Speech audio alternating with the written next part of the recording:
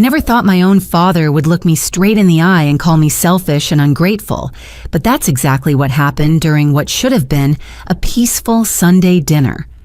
The argument started when I finally said no to babysitting my golden stepsister Madison's 3 young children for yet another weekend. For months, I'd been providing free childcare every Friday through Sunday, while she gallivanted around town without a care in the world. When I refused to continue being her personal unpaid nanny, my father delivered an ultimatum that would destroy our relationship forever. He told me I had 24 hours to apologize and get back in line or he'd cut me off completely. What happened next completely shattered their illusion about who really held the power in this twisted family dynamic. My name is Pauline and I'm 28 years old. I work as a freelance graphic designer, which means my income fluctuates and I have to hustle constantly to make ends meet. To understand how I ended up in this nightmare situation, I need to take you back to when my family fell apart and then got stitched back together in the most lopsided way imaginable. My parents divorced when I was 12 years old. The split was messy, filled with lawyers and custody battles that left me feeling like a pawn in their personal war. My mother moved to Oregon with her new boyfriend, leaving me with my father, Richard, in our small town outside of Denver. For 3 years, it was just the two of us figuring out how to navigate life without the woman who had held our household together. Then everything changed when my father met Diana at a church singles mixer. Diana was a widow with a 16-year-old daughter named Madison, and from the moment they walked into our lives, I could tell the family dynamics were about to shift dramatically. My father was so eager to create a new perfect family that he bent over backwards to make Diana and Madison feel welcomed and loved. Madison was everything I wasn't. She had long blonde hair that always looked like she'd just stepped out of a salon, bright blue eyes, and the kind of confidence that made adults gravitate toward her immediately. Where I was quiet and bookish, Madison was bubbly and social. Where I struggled with math and had to work hard for decent grades, Madison seemed to effortlessly excel at everything she touched. The favoritism started almost immediately after the wedding. For my 17th birthday, I received a $50 gift card to Target and a card with a generic message.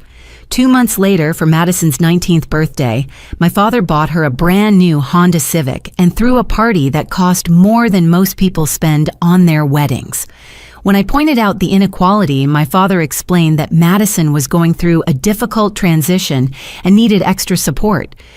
College applications revealed the full extent of the preferential treatment. Despite my decent grades and involvement in the school newspaper, my father told me that money was tight and I'd need to take out student loans or find scholarships if I wanted to pursue higher education. Meanwhile, he paid for Madison's full tuition to Colorado State University, her room and board her meal plan, and even her sorority fees. When I confronted him about this obvious double standard, he said Madison had better grades and more potential for success. I worked 3 part-time jobs throughout college to pay for my education and living expenses. I delivered pizzas on weeknight evenings, worked at a coffee shop on weekend mornings, and did freelance graphic design whenever I could find clients. Meanwhile, Madison breezed through her communications degree without ever having to worry about money. She spent her summers traveling to Europe and her spring breaks in Cancun, all funded by our parents. After college, the pattern continued. Madison landed a job at a local marketing firm through connections my father had made for her. When she wanted to buy a house at 24, my father co-signed her mortgage and helped with the down payment. When I needed help with the security deposit for my tiny studio apartment, he told me it was time I learned to be financially independent. Madison met her husband Jake at work, and their wedding was a fairy tale affair that cost $30,000.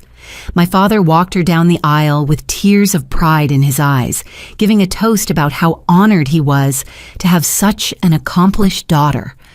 When I started dating my college boyfriend seriously, my father barely acknowledged the relationship and certainly never offered to help with any wedding planning or expenses. Now Madison is 26 years old with 3 children under the age of 6. She has 4-year-old twins named Emma and Ethan, who are energetic and demanding in the way that most preschoolers can be. Her youngest is 18-month-old baby Sophia, who is still adjusting to sleeping through the night and requires constant attention.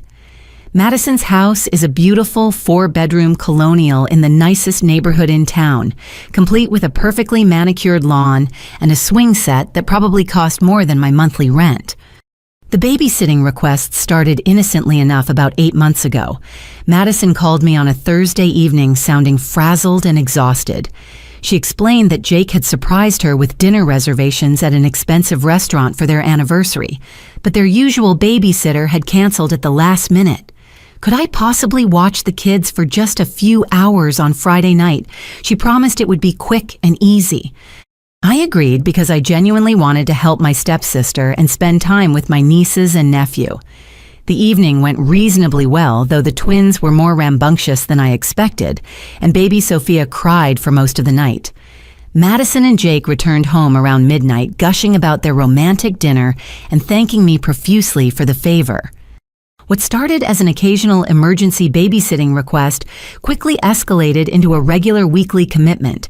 Madison began calling me every Wednesday to ask if I could watch the children that upcoming weekend. The requests grew longer and more demanding.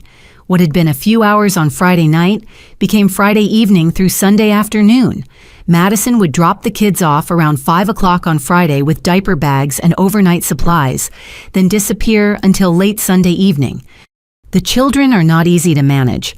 Emma and Ethan have learned that they can get away with almost anything because Madison refuses to discipline them consistently. They throw tantrums when they don't get their way, refuse to eat the meals I prepare, and constantly test boundaries. Baby Sophia is still in diapers and requires feeding every few hours, including throughout the night. By Sunday evening, I'm completely exhausted and have accomplished none of my own weekend tasks or personal goals. Madison never offered to pay me for these extensive babysitting services, despite knowing that I struggle financially as a freelance designer. When I hesitantly brought up the topic of compensation a few months ago, she laughed and said that family doesn't charge family for helping out. She reminded me how lucky I was to spend quality time with the children and suggested that the experience would be good practice for when I eventually have kids of my own. The breaking point should have come months ago, but I kept telling myself that family means making sacrifices for each other. I canceled dates, missed social events with friends, and turned down potential work opportunities because I was committed to watching Madison's children every single weekend. My own life started to feel like it was on hold, revolving entirely around my stepsister's needs and schedule. Then last month, I discovered something that made my blood boil with anger and betrayal. I was scrolling through social media when I saw a post from one of Madison's friends thanking her for recommending such a wonderful babysitter. The post included a photo of a woman I'd never met playing with children I didn't recognize. Curious, I clicked through to read the comments and discovered that Madison had been advertising my babysitting services to her social circle, charging $15 per hour per child for my time. Madison had been telling her friends that I was a professional childcare provider who loved working with kids and offered flexible scheduling. She was pocketing between $45 and $60 per hour, while I provided free labor, and she never mentioned that I was her stepsister or that I wasn't actually aware of this business arrangement. When I calculated the math, I realized that Madison had probably made several $100s by essentially renting out my time and energy without my knowledge or consent.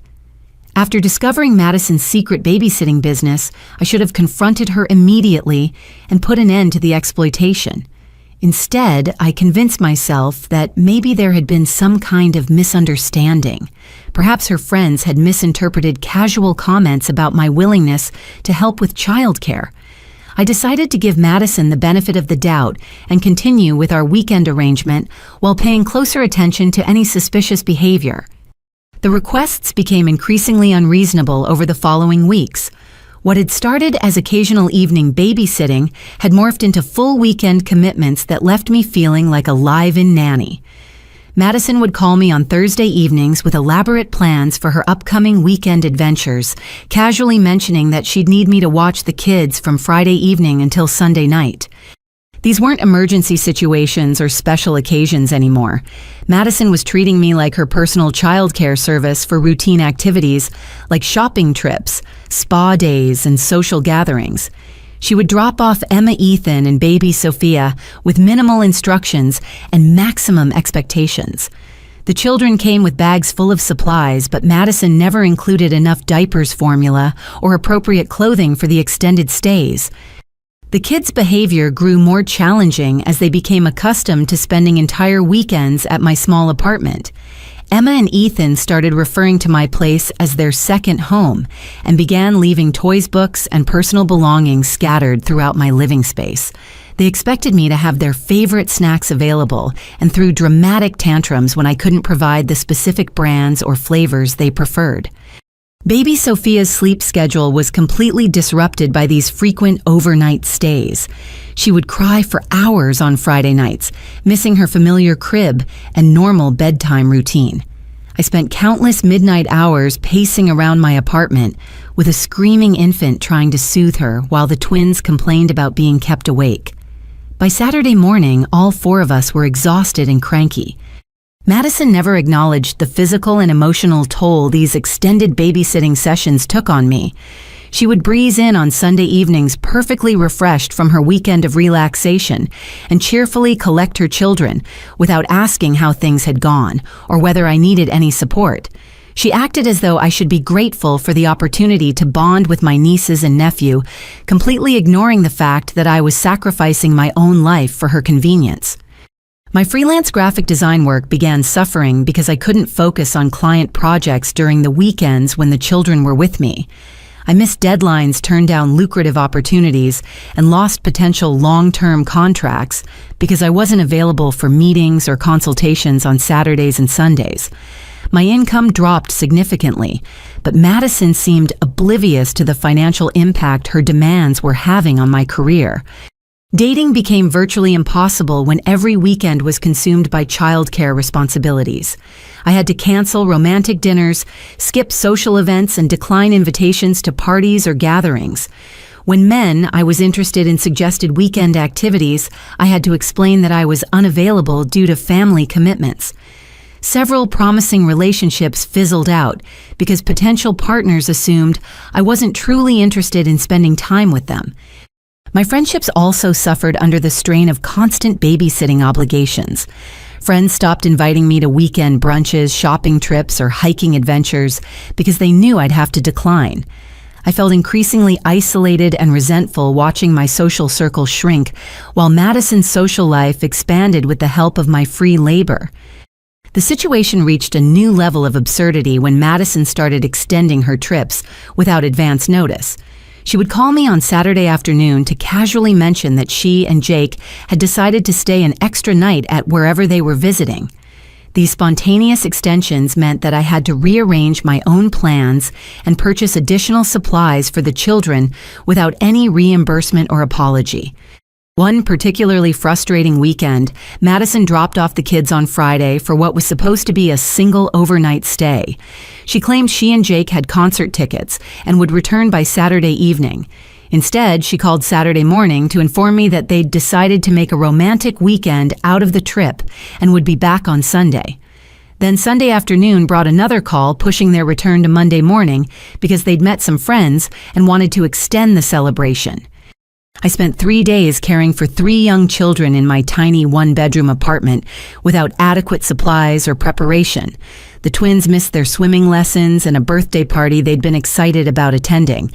Baby Sophia developed a mild fever that had me worried enough to consider calling a doctor, but I couldn't reach Madison for guidance about medications or emergency contacts. When Madison finally returned Monday evening, she seemed annoyed that I was upset about the extended timeline and lack of communication. The final straw came when I realized that Madison had been systematically manipulating the children's understanding of our arrangement. During one of our weekend stays, 4-year-old Emma looked up at me with her big blue eyes and said that Mommy had told her that watching them was my job because I didn't have a real family of my own. Ethan chimed in to add that Mommy had explained that I was their second mommy and that taking care of them was what made me happy. I was horrified to realize that Madison had been teaching her children to see me as a built-in caregiver, rather than their aunt who was helping out of love and kindness. She'd created an expectation in their young minds that my time and energy belonged to them by default, rather than being a generous gift from someone who cared about their well-being. The children had started making demands rather than requests, assuming that I would automatically accommodate their preferences and schedules. Baby Sophia had begun reaching for me immediately when Madison dropped her off, as if she expected me to take over parenting duties, without question. While part of me was touched by her trust and affection, I was disturbed by the realization that Madison was essentially training her children to see me as an alternate parent figure, rather than an extended family member who occasionally provided support. The psychological manipulation became even clearer when Emma asked me why I didn't have children of my own if I was so good at taking care of them. When I explained that I wasn't married and hadn't decided whether I wanted to become a mother, she innocently repeated something Madison had obviously told her, that some people are born to take care of other people's children because that's their special purpose in life.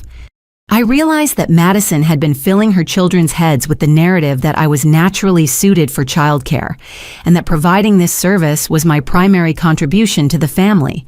She'd essentially convinced them that I existed to support their needs and preferences rather than being an independent adult with my own goals, dreams, and relationships to prioritize. The weekend that finally shattered my tolerance for Madison's exploitation began on a crisp Friday evening in late October. I'd been looking forward to a rare weekend without babysitting duties because Madison hadn't called with her usual Thursday evening request. I'd made plans to attend a networking event for local graphic designers on Saturday morning, followed by a lunch date with a man I'd been seeing for a few weeks. Sunday was reserved for catching up on client work and enjoying some much-needed solitude. Those plans evaporated when Madison showed up at my apartment door at 6 o'clock Friday evening with all 3 children in tow, looking frazzled and slightly desperate. She explained that Jake had surprised her with last-minute reservations at a romantic bed and breakfast about 2 hours away, and their regular babysitter had come down with the flu. Could I possibly watch the kids just for tonight? She promised they'd be back by noon on Saturday and she'd make it up to me somehow. Against my better judgment, I agreed to help because Madison seemed genuinely stressed, and I didn't want to be responsible for ruining their romantic getaway. She quickly transferred car seats, diaper bags, and overnight supplies while rattling off basic instructions about bedtimes and meal preferences. The children seemed excited about their impromptu sleepover, and I convinced myself that one night of babysitting wouldn't derail my weekend plans too dramatically. Madison and Jake drove off in their SUV, waving cheerfully as they headed toward their romantic retreat. I settled in for what I expected to be a relatively calm evening with Emma, Ethan, and baby Sophia. The twins were initially cooperative, playing with toys I'd accumulated during previous visits while I prepared their dinner and got Sophia situated with her bottle and snacks. The problems began around midnight when both twins started complaining of stomach aches. Within an hour, they were taking turns vomiting in my bathroom while running low-grade fevers. Baby Sophia seemed to be developing similar symptoms, becoming fussy and refusing her bottle. I spent the entire night cleaning up messes, taking temperatures, and trying to keep everyone hydrated while they battled what appeared to be a stomach bug. By Saturday morning, all 3 children were sick and miserable. The twins couldn't keep food down, and Sophia was having digestive issues that required constant diaper changes and careful monitoring. I called Madison multiple times throughout the morning, but her phone went straight to voicemail. I left detailed messages explaining the situation and asking for guidance about medications, doctor contacts, and when she planned to return. Madison finally called me back around noon, sounding relaxed and slightly annoyed by my interruption. When I explained that all 3 children had stomach flu and needed their mother's care, she sighed heavily and said she'd try to cut the trip short. However, she mentioned that they'd already paid for both nights at the bed and breakfast, and Jake was really looking forward to the couple's massage they'd booked for Sunday morning. Could I possibly handle things for just one more night? I was exhausted, overwhelmed, and frustrated by her casual attitude toward her children's illness. The twins were crying for their mommy baby. Sophia needed more specialized care than I could provide, and I'd already canceled my networking event and lunch date. When I insisted that she needed to come home immediately, Madison became defensive and accused me of overreacting to a simple stomach bug.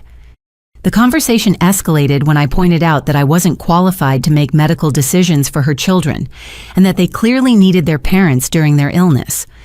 Madison dismissed my concerns, saying that kids get sick all the time, and that I was being dramatic. She suggested giving them bland foods and plenty of fluids, as if I hadn't already been doing exactly that for the past 12 hours. I spent Saturday night caring for 3 sick children in my small apartment, feeling increasingly angry and resentful about Madison's selfish behavior. The twins were too weak to play or engage in normal activities, and baby Sophia required almost constant attention as her symptoms worsened. I couldn't sleep because someone was crying, vomiting, or needing comfort every few hours throughout the night. Sunday morning brought another frustrating phone call from Madison. Instead of rushing home to care for her sick children, she cheerfully announced that she and Jake had decided to extend their romantic getaway through Sunday night. They discovered a cute little town near the bed and breakfast and wanted to explore the local shops and restaurants. She'd be home Monday morning, refreshed and ready to take over with the kids. I was furious. Here I was dealing with 3 sick children who needed their mother's comfort and care, while Madison was gallivanting around tourist shops without a care in the world. When I angrily pointed out that her children had been asking for her all weekend and were genuinely unwell, she laughed and said kids are resilient and would be fine with their favorite aunt taking care of them. The final insult came when Madison mentioned that she'd been posting photos on Instagram throughout their extended romantic weekend. While I was cleaning up vomit and monitoring fevers, she was enjoying spa treatments, gourmet meals, and scenic hiking trails. She'd been documenting every moment of her relaxing getaway while leaving me to handle the crisis she'd dumped in my lap. Madison finally returned Monday evening around 9 o'clock, looking tan-rested and completely refreshed from her extended vacation. She walked into my apartment carrying shopping bags full of expensive clothing and artisanal souvenirs, barely glancing at her children who ran to greet her with obvious relief. When I tried to explain how difficult the weekend had been, she waved off my concerns and said she'd known I could handle anything that came up. She spent less than 10 minutes collecting her children's belongings and loading them into car seats, seemingly oblivious to my exhaustion and frustration. As she was leaving, she casually mentioned that she'd need me to watch the kids again the following weekend because she and Jake had tickets to a concert series. When I hesitated, she smiled and said she knew she could count on me because I was such a natural with children. After they left, I sat in my quiet apartment, surrounded by the aftermath of the weekend from hell. Dirty sheets needed washing, toys were scattered everywhere, and my entire living space smelled like sick children and cleaning products. I'd lost a potentially valuable networking opportunity, canceled a promising romantic date, and spent 3 days feeling like an unpaid emergency babysitter rather than a caring family member. But the discovery that truly broke my spirit came when I checked social media that evening. Madison had posted a series of Instagram photos from their spontaneous spa weekend, showing herself and Jake enjoying couples massages, gourmet dinners, and scenic hikes. The captions were full of hearts and gratitude for their amazing romantic getaway, with several comments from friends expressing envy about their perfect relationship and adventurous lifestyle. Meanwhile, I found text messages Madison had sent to various family members throughout the weekend, explaining that she was helping during a family emergency while I dealt with sick children. She'd portrayed herself as a devoted mother who was reluctantly taking a much-needed break while her responsible stepsister handled a minor crisis. The texts painted me as eager to help and completely capable of managing any situation rather than an overwhelmed woman who'd been abandoned during a childcare emergency. The Monday evening after the disastrous sick children weekend, I knew I couldn't continue enabling Madison's exploitation and manipulation. I'd spent 3 sleepless nights caring for her sick children while she enjoyed a spa retreat, and her casual dismissal of my concerns had finally pushed me past my breaking point. I decided to confront her directly about the lies, the secret babysitting business, and the complete disregard for my own life and well-being. I called Madison Tuesday morning after I'd had some time to process the weekend and organize my thoughts. I wanted to approach the conversation calmly and rationally, rather than lashing out in anger, even though I was furious about how she'd handled the situation. When she answered the phone, she sounded chipper and relaxed, probably still basking in the afterglow of her romantic getaway. I started by asking how the children were feeling and whether they'd fully recovered from their stomach bug. Madison casually mentioned that they seemed fine, though Emma had stayed home from preschool as a precaution. She thanked me again for handling everything so well over the weekend, adding that she'd known I would rise to the occasion because I was such a capable and caring person. Then I brought up the Instagram photos and asked why she'd been posting happy vacation pictures while her children were sick and asking for their mommy. Madison's tone shifted slightly as she explained that she hadn't wanted to worry her social media followers with negative posts about sick kids. She said the photos were from earlier in the weekend before she'd known about the children's illness, and that she'd simply delayed posting them until after the crisis was over. I pointed out that the metadata on the photos showed they'd been taken throughout Sunday, long after she'd known about the stomach bug situation. Madison became defensive, saying she didn't appreciate me stalking her social media and analyzing the timestamps of her personal posts. She accused me of being overly dramatic about a simple stomach virus and suggested that I was jealous of her romantic relationship with Jake. The conversation escalated when I mentioned the text messages she'd sent to family members portraying the weekend as a family emergency that she was heroically managing from a distance. Madison claimed there had been a miscommunication and that she'd simply wanted to keep everyone informed about the children's condition. When I pointed out that her messages made it sound like she was actively helping rather than enjoying a spa vacation, she became irritated and accused me of nitpicking her communication style. Then I brought up the real issue that had been eating away at me for months, the discovery that she'd been charging her friends for my babysitting services without my knowledge or consent. I asked her to explain why several of her social media contacts had thanked her for recommending such a wonderful childcare provider and why she'd been advertising my services at $15 per hour per child. Madison's response revealed the depth of her entitlement and manipulation. She didn't deny the charges or express any remorse for essentially pimping out my time and energy. Instead, she explained that her friends had been complaining about difficulty finding reliable babysitters, and she'd simply mentioned that I was available and enjoyed working with children. When they'd offered to pay for my services, she'd accepted the money on my behalf and planned to surprise me with the payments later. I asked why she'd never mentioned these paid babysitting arrangements or given me any of the money she'd collected. Madison claimed that she'd been saving the payments as a surprise gift for my birthday or Christmas, wanting to show her appreciation for all my help with her own children. She suggested that I was being ungrateful and suspicious by questioning her motives, especially when she'd been trying to do something nice for me. The lies were so transparent and insulting that I lost my composure. I pointed out that my birthday had passed 3 months earlier without any surprise payment or acknowledgement of the money she'd collected. I also mentioned that she'd never asked my permission to advertise my services or discussed my availability with potential clients. Madison had essentially been running a small business using my labor without any input or consent from me. Madison's defensive strategy shifted to playing the victim.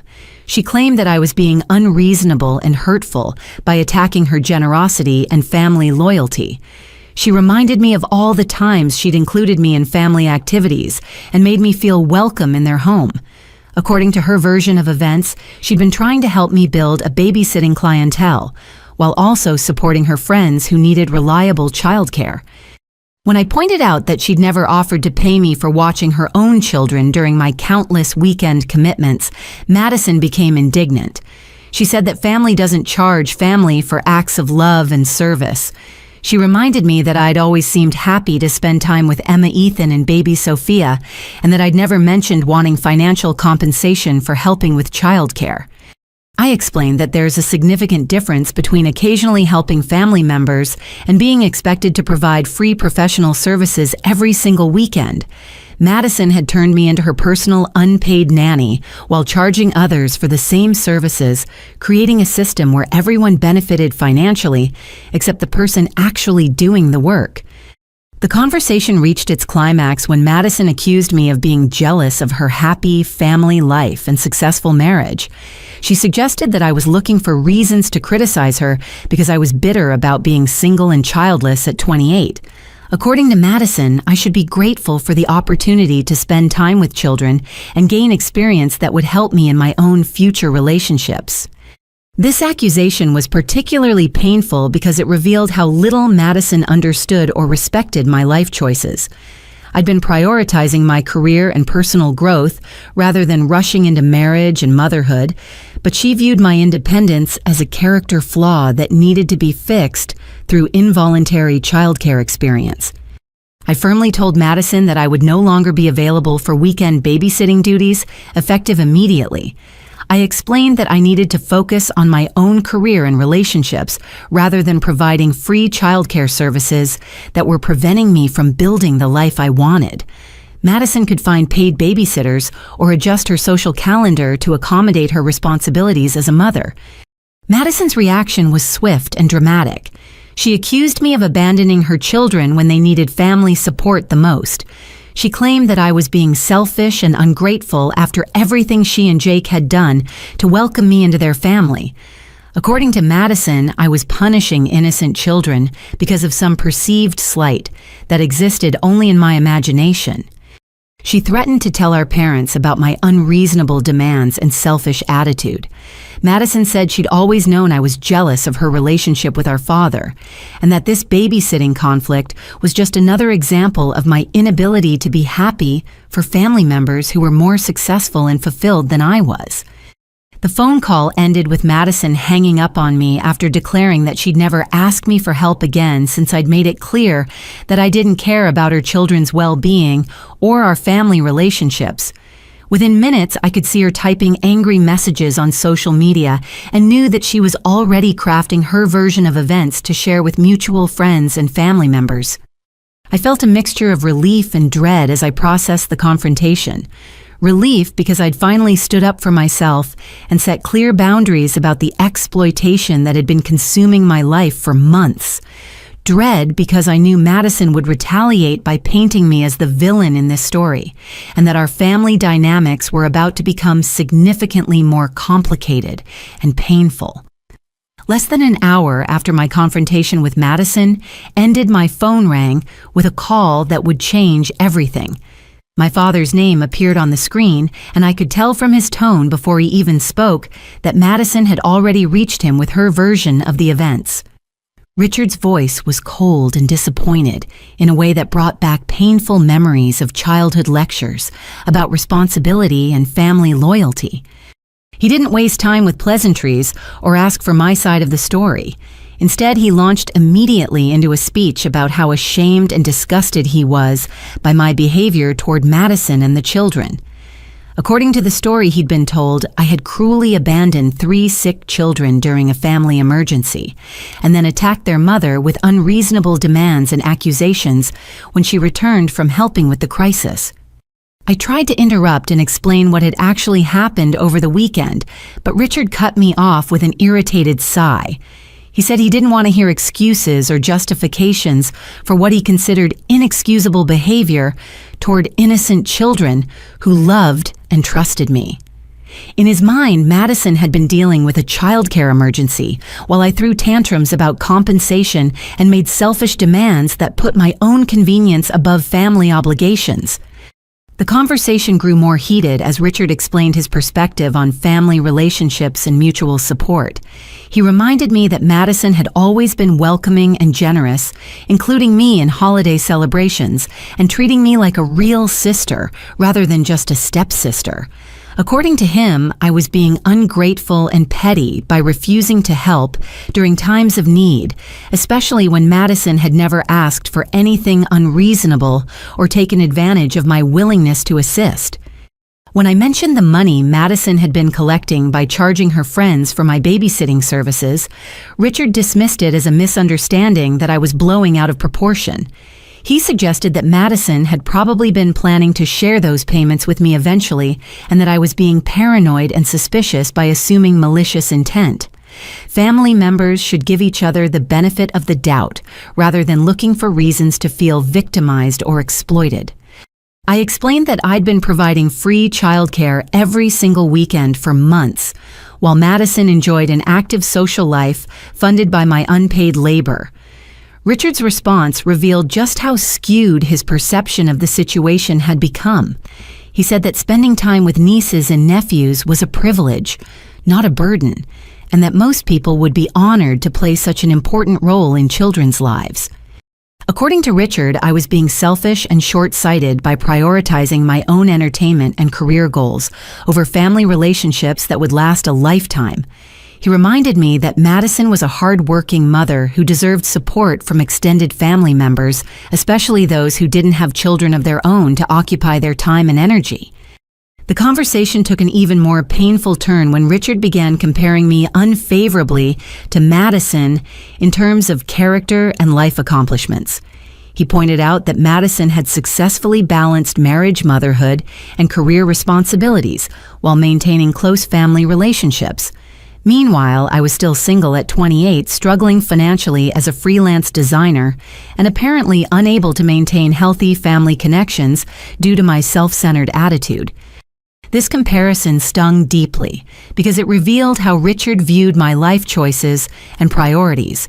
Instead of respecting my focus on building a career and maintaining independence, he saw my single status and financial struggles as evidence of personal failures that made me less valuable than Madison's traditional family structure and suburban success.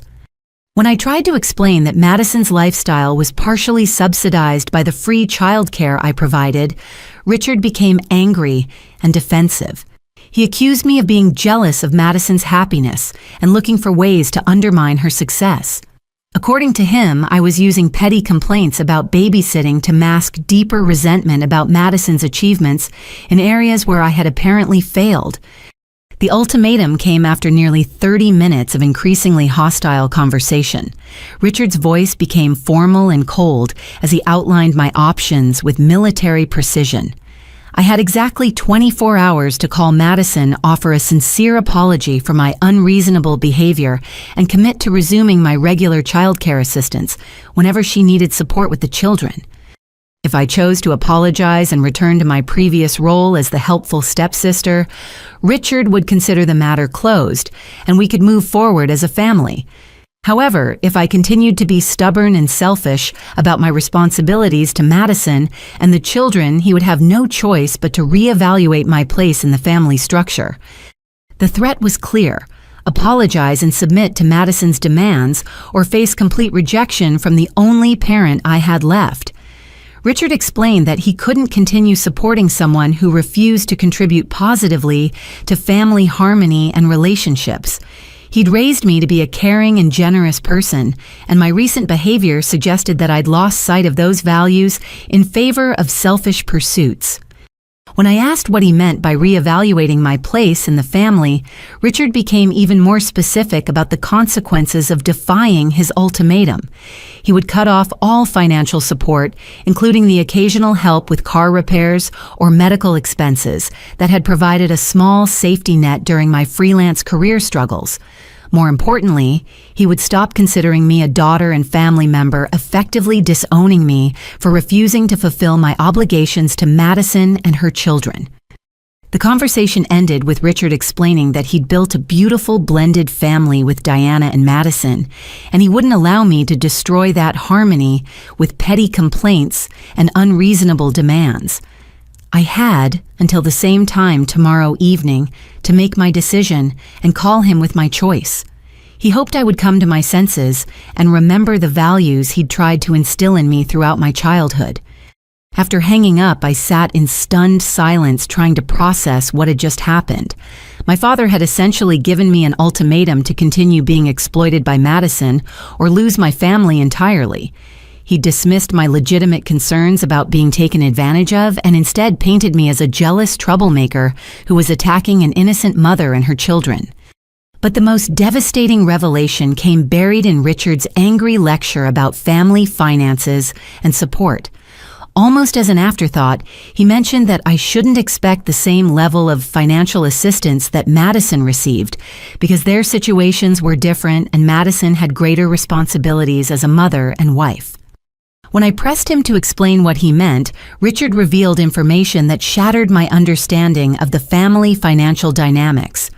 For the past 3 years, he'd been secretly paying Madison's mortgage payments because Jake's income wasn't sufficient to cover their housing costs. He'd also been making her car payments and providing monthly allowances to help with childcare and household expenses. While I'd been struggling to pay off student loans and build my freelance business without any family support, Richard had been subsidizing Madison's entire lifestyle to the tune of several $1,000s per month. The beautiful house, the new cars, the frequent date nights and weekend getaways had all been funded through secret financial support that I'd never known existed. Richard justified this disparity by explaining that Madison had children to support and deserved help maintaining stability for her family. Meanwhile, I was a single adult who should be capable of supporting myself without ongoing parental assistance. The irony was lost on him that Madison's ability to maintain her perfect lifestyle was partially dependent on both his secret financial support and my unpaid childcare services. The revelation explained so much about the family dynamics I'd never understood. Madison's confidence and entitlement made sense when I realized she'd never actually experienced financial stress or independence. Her casual attitude toward my time and energy was easier to understand when I knew she'd been receiving thousands of dollars in family support, while I'd been told to figure things out on my own. I realized that Richard's ultimatum wasn't really about family harmony or children's well-being. It was about protecting an elaborate system of favoritism and financial support that kept Madison's perfect life afloat, while positioning me as the free labor that made their arrangement possible. My refusal to continue providing unpaid childcare threatened to expose just how much assistance Madison required to maintain her facade of success and independence. The 24 hours Richard had given me to decide my fate felt both endless and impossibly short. I spent Tuesday night and most of Wednesday alternating between anger, grief, and a strange sense of relief that the family dynamics I'd struggled with for years were finally being exposed in their full, ugly truth. By Wednesday afternoon, I knew what I had to do, even though it would cost me the only parent I had left.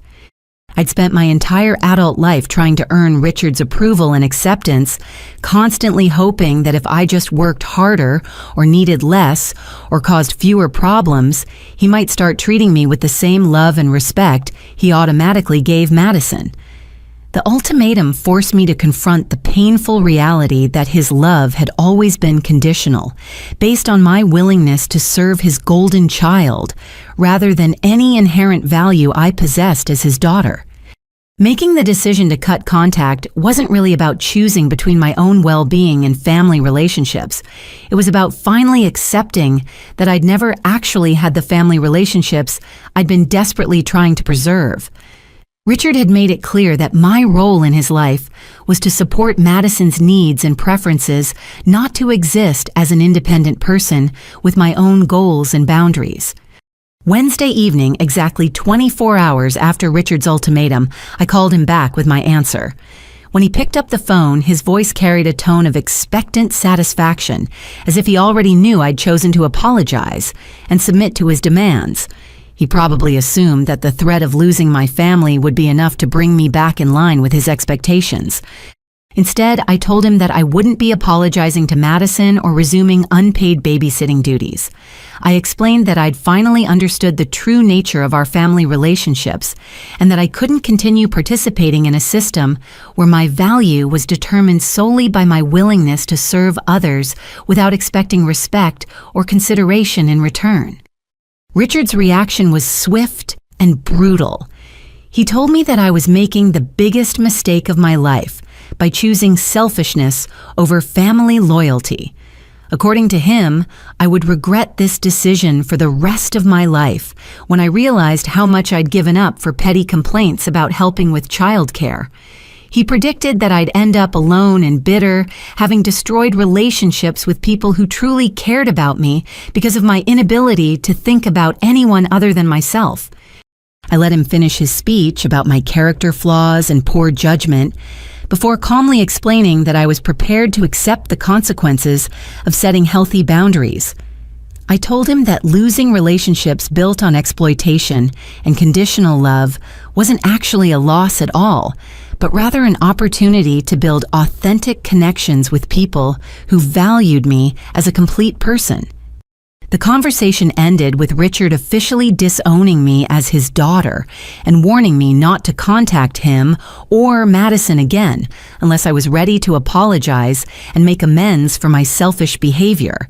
He said he'd informed Diana and the rest of the extended family about my choice to abandon my responsibilities and that I shouldn't expect anyone to support my decision to prioritize my own interests over family harmony. After hanging up, I immediately began taking practical steps to protect myself from further manipulation and harassment. I changed my phone number and blocked Richard, Madison, and Jake on all social media platforms.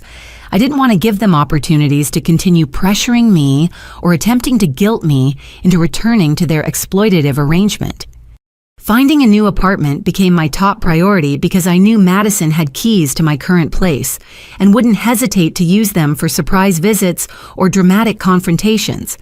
I'd been saving money for months with the goal of upgrading my living situation, and this crisis provided the motivation I needed to actually make the move across town to a larger space in a different neighborhood. The new apartment was a one-bedroom unit in a complex that offered better security and amenities than my previous studio. More importantly, it represented a fresh start in a location where Madison couldn't just show up unannounced with her children and expect me to provide emergency babysitting services. The distance felt symbolic as well as practical, creating physical space that matched the emotional boundaries I was finally learning to maintain. I threw myself into my graphic design work with an intensity I hadn't felt in months. Without weekend babysitting obligations consuming my time and energy, I was able to take on additional projects and focus on building relationships with higher-paying clients. The increased income helped offset any financial support I'd been receiving from Richard, though I quickly realized that his assistance had been more psychological than practical. Starting therapy felt like a crucial step in processing the years of emotional manipulation and favoritism I'd endured. My therapist helped me recognize patterns of behavior that I'd normalized because they'd been present throughout my childhood and young adulthood. Learning to identify manipulation tactics and emotional exploitation gave me tools for building healthier relationships in the future. The therapy sessions also helped me work through the grief and anger surrounding my father's rejection. While I'd made the right choice for my own well-being, losing my relationship with Richard still felt like a significant loss that required time and support to process fully. My therapist helped me understand that grieving the family relationships I'd hoped to have was different from regretting the boundaries I'd established to protect myself. 3 weeks after cutting contact, I received an unexpected phone call from Diana Madison's mother and my former stepmother. Her voice sounded tired and stressed as she explained that she'd been thinking about the family conflict and wanted to share some information that might help me understand what had been happening behind the scenes. Diana revealed that she'd been documenting Madison's lies and manipulative behavior for several months because she'd become increasingly concerned about patterns she was observing. As Madison's mother, she'd initially tried to dismiss the warning signs and make excuses for behavior that she knew was becoming problematic. According to Diana, Madison had been lying to everyone in the family about various aspects of her life and relationships. The babysitting arrangement with me was just one example of how Madison manipulated situations to her advantage while portraying herself as a victim or hero, depending on what served her purposes best. Diana had been keeping notes about discrepancies in Madison's stories because she'd started to worry that her daughter might have developed serious issues with honesty and empathy. The documentation included screenshots of social media posts that contradicted statements Madison had made to family members, as well as records of financial requests that didn't match the explanations Madison had provided about her needs. Most importantly, Diana had witnessed Madison coaching her children to make specific statements about me and our babysitting arrangement. She'd overheard Madison telling Emma and Ethan that I was their second mommy and that taking care of them was my special job. Diana had been horrified by the realization that Madison was manipulating her own children's understanding of family relationships to justify her exploitation of my time and kindness. Diana apologized for not speaking up sooner about Madison's behavior patterns. She explained that she'd been afraid of causing family conflict and had hoped that Madison would recognize her mistakes and change her approach to relationships. However, watching the situation escalate to the point where I felt forced to cut contact with the family had convinced Diana that her silence had been enabling harmful behavior rather than protecting family harmony. The months following my decision to cut contact with my father and Madison became a period of remarkable personal and professional growth. Without the constant drain of weekend babysitting obligations and family drama, I discovered energy and motivation that I'd forgotten I possessed. My graphic design business began thriving in ways I hadn't thought possible when my schedule was dominated by unpaid childcare duties.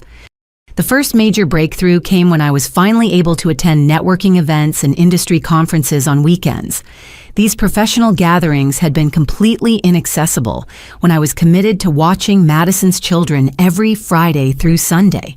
Now I could build relationships with potential clients, learn about new design trends, and establish myself within the local creative community. One particularly valuable networking event led to a connection with Sarah, the marketing director for a growing tech startup downtown. We struck up a conversation about brand identity design, and she mentioned that her company was looking for a freelancer who could help develop their visual marketing materials. What started as a casual conversation evolved into a long-term contract that significantly increased my monthly income. The financial stability from consistent freelance work allowed me to invest in better equipment and software for my design business. I purchased a high-end computer system, professional design software subscriptions, and a larger monitor that made detailed work much more efficient. These improvements enhanced the quality of my output and enabled me to take on more complex projects that commanded higher rates. My social life experienced an equally dramatic transformation once I was available for weekend activities again. Friends who had stopped inviting me to events because of my constant babysitting commitments began including me in their plans. I rediscovered the joy of spontaneous dinner plans, hiking trips, and social gatherings that didn't require weeks of advance planning around Madison's schedule. Through one of these renewed friendships, I met Marcus at a community art fair where I was displaying some of my design work. He was there with his students from the elementary school where he taught 4th grade, and I was immediately drawn to his patient and enthusiastic interaction with the children. Unlike Madison's entitled and demanding kids, these students were respectful and curious about the creative process. Marcus and I started talking about art education and the importance of exposing children to creative thinking and problem-solving skills. His passion for teaching and genuine care for his students' development impressed me deeply. Here was someone who had chosen to work with children because he loved helping them learn and grow, not because he wanted to exploit free labor from family members. Our first official date was a Saturday afternoon visit to the Denver Art Museum, followed by dinner at a small restaurant downtown. I'd forgotten how wonderful it felt to spend a weekend evening focused on getting to know someone new rather than cleaning up after someone else's children. Marcus was interested in my design work, my goals for the future, and my thoughts on various topics that had nothing to do with childcare or family obligations. The relationship developed naturally over several months as we discovered shared interests in hiking, cooking, and exploring local arts and culture events. Marcus respected my independence and career ambitions rather than viewing them as obstacles to overcome or character flaws that needed correction. He supported my decision to prioritize professional growth and personal boundaries, understanding that these choices reflected strength rather than selfishness. More importantly, Marcus had healthy relationships with his own family members that served as examples of how relatives could support each other without exploitation or manipulation. His parents treated him and his siblings as independent adults with different strengths and challenges, offering help when requested, but not demanding specific forms of service or submission in return. The contrast between Marcus's family dynamics and the toxic relationships I'd escaped became even more apparent during holiday celebrations.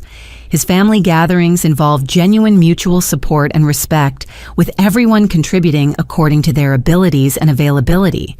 No one was designated as the default caregiver or expected to sacrifice their own goals to serve others' convenience. My therapy sessions during this period focused on recognizing and celebrating the positive changes in my life, while continuing to process the grief and anger from my family relationships.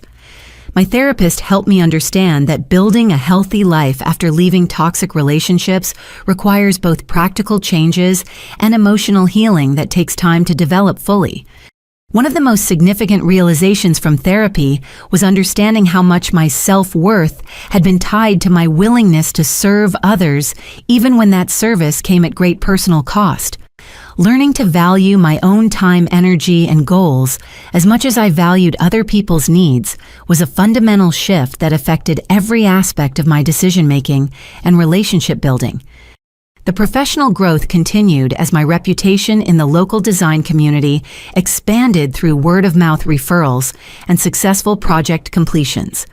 I began getting calls from potential clients who had seen my work for other businesses and wanted similar brand development services.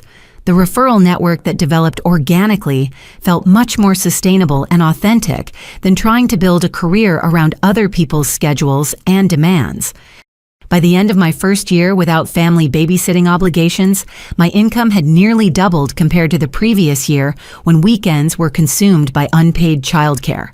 The financial independence gave me confidence and security that I'd never experienced before, proving that my decision to prioritize my own career had been both personally and practically beneficial. The relationship with Marcus deepened as we supported each other through various challenges and celebrated each other's successes. He understood my commitment to maintaining independence and building my career, while I appreciated his dedication to his students and his teaching profession. We built a partnership based on mutual respect and shared values rather than dependency or obligation. 8 months after cutting contact with my family, I realized that I hadn't missed the constant drama and manipulation that had previously consumed so much of my emotional energy. The peace and stability of my new life felt like a luxury I'd never known I was missing until I finally experienced it consistently. The most unexpected development came when an elite design agency downtown called to offer me a position as their senior graphic designer. The opportunity had emerged through networking connections I'd built during weekend industry events, and the timing was perfect because I was no longer tied down by family obligations that would have made their schedule requirements impossible to meet. 6 months after I'd cut all contact with my father in Madison, I was settling into my new routine and feeling genuinely happy with the life I'd built. My design business was thriving. My relationship with Marcus was growing stronger, and I'd established a circle of friends who respected my boundaries and appreciated my friendship. The peace and stability felt like a gift I'd given myself by choosing self-respect over toxic family relationships. That tranquility was interrupted on a Tuesday evening in April when Diana called me from a number I didn't recognize. Her voice sounded strained and exhausted as she apologized for contacting me, despite knowing I'd requested no communication with family members. She explained that she was calling because the family situation had deteriorated dramatically, and she thought I deserved to know what was happening. According to Diana, Madison's marriage to Jake was falling apart in spectacular fashion. The crisis had begun when Jake discovered discrepancies in their family finances that led him to investigate Madison's spending habits and financial management more thoroughly. What he found was a pattern of lies, manipulation, and financial irresponsibility that had been hidden beneath Madison's carefully maintained facade of domestic success. The first red flag had emerged when Jake realized that Madison had been spending money designated for utility bills and mortgage payments on shopping trips and spa treatments. Bills were going unpaid while Madison continued her lifestyle of frequent retail therapy and expensive self-care services. When Jake confronted her about the missing money, Madison initially claimed there had been banking errors and misunderstandings about their account balances. However, Jake's deeper investigation revealed that Madison had been systematically deceiving him about their financial obligations and spending priorities. She'd been opening credit cards in both of their names without his knowledge, running up significant debt to fund her lifestyle, while telling him their finances were stable and well managed. The situation escalated when Jake discovered that Madison had been forging his signature on checks and financial documents. She'd been accessing his business accounts to transfer money for her personal use, essentially stealing from the construction company where Jake worked as a project manager. The theft had been disguised as legitimate business expenses, but Jake's employer had started asking questions about unusual transactions that didn't match any actual business activities. Diana explained that Madison's financial crimes had put Jake's career in jeopardy because his employer was considering whether to press charges for the missing funds. Jake was facing the possibility of losing his job and potentially facing criminal prosecution for theft he hadn't actually committed, but couldn't easily prove he hadn't authorized. The marriage crisis was compounded by Jake's discovery of Madison's lies about the babysitting arrangements with me. When he'd asked Madison how they could afford frequent date nights and weekend getaways without childcare expenses, she'd told him that I volunteered my time out of love for the family and didn't want payment for helping with the children. Jake had only recently learned about Madison charging her friends for my babysitting services, while telling him I provided free childcare out of family loyalty. He was horrified to realize that his wife had been profiting from my labor while lying to him about the financial arrangements and my willingness to provide unpaid services. The revelation about my unpaid weekend babysitting duties had led Jake to calculate exactly how much Madison's lifestyle had been subsidized by my free labor. When he realized that they'd been able to enjoy expensive social activities every weekend because I was providing childcare worth hundreds of dollars per month, he began questioning every aspect of Madison's integrity and honesty. Diana revealed that Jake was now threatening divorce and seeking full custody of Emma, Ethan, and baby Sophia. He'd consulted with lawyers about protecting his assets and removing Madison's access to his financial accounts. The legal proceedings were moving quickly because Jake's attorney had advised him to act decisively to minimize his liability for Madison's financial crimes. The impact on Richard had been devastating, as Diana described it. My father was scrambling to manage multiple crises while trying to maintain his own business obligations. Madison's theft from Jake's employer had created liability issues that potentially affected Richard's financial guarantees and co-signing arrangements for Madison's various accounts and loans. More troubling was Diana's revelation that Madison had been forging Richard's signature on checks from his business account as well. The theft had been ongoing for months, with Madison taking money intended for business expenses and using it to fund her shopping and entertainment habits. Richard's accountant had discovered the missing funds during a routine audit, creating potential legal and tax complications that threatened his business's stability. Diana explained that Richard was facing demands from his business partners to explain the missing money and demonstrate that he hadn't been stealing from the company himself. The situation was complicated by the fact that Madison had been careful to forge his signature accurately and had accessed accounts through legitimate channels, making it difficult to prove that Richard hadn't authorized the transactions. The financial pressure was compounded by Richard's ongoing secret support of Madison's lifestyle, which Diana was only now learning had been much more extensive than she'd realized. The monthly mortgage payments, car loans, and household allowances that Richard had been providing to Madison totaled several $1,000s per month, representing a significant drain on his resources that had been hidden from Diana throughout their marriage. Without my free weekend childcare services, Madison had been forced to hire professional babysitters to maintain her social schedule. The cost of paid childcare had created additional financial strain that made Madison's budget shortfalls more apparent and urgent. Diana estimated that my unpaid babysitting had been worth at least $800 per month in childcare expenses that Madison no longer had available for other spending. The crisis was affecting Diana's own marriage to Richard, as she struggled to understand how her husband had been secretly funding her daughter's lifestyle, while claiming they needed to be careful about their own expenses. She was questioning whether Richard's favoritism toward Madison had been influencing financial decisions that affected their shared future security and retirement planning. Diana admitted that she was considering separation from Richard because she couldn't trust his judgment about money and family relationships. The revelation that he'd been enabling Madison's irresponsible behavior while refusing to help me with basic needs like student loans had created resentment and disappointment that was damaging their marriage. Most painfully for Diana, she was watching her grandchildren suffer as their parents' marriage disintegrated around them. Emma and Ethan were confused and upset by the constant fighting and tension in their household. Baby Sophia was showing signs of stress from the unstable environment and lack of consistent caregiving routines. Diana's phone call ended with her expressing regret about not supporting me when I'd tried to establish boundaries with Madison months earlier. She realized now that I'd been protecting myself from a situation that was much more toxic and unsustainable than anyone had understood at the time. My decision to cut contact had ultimately been vindicated by events that proved Madison's character and behavior were fundamentally problematic. The weeks following Diana's revelation about the family crisis brought a flood of desperate attempts from my father and Madison to rebuild contact with me.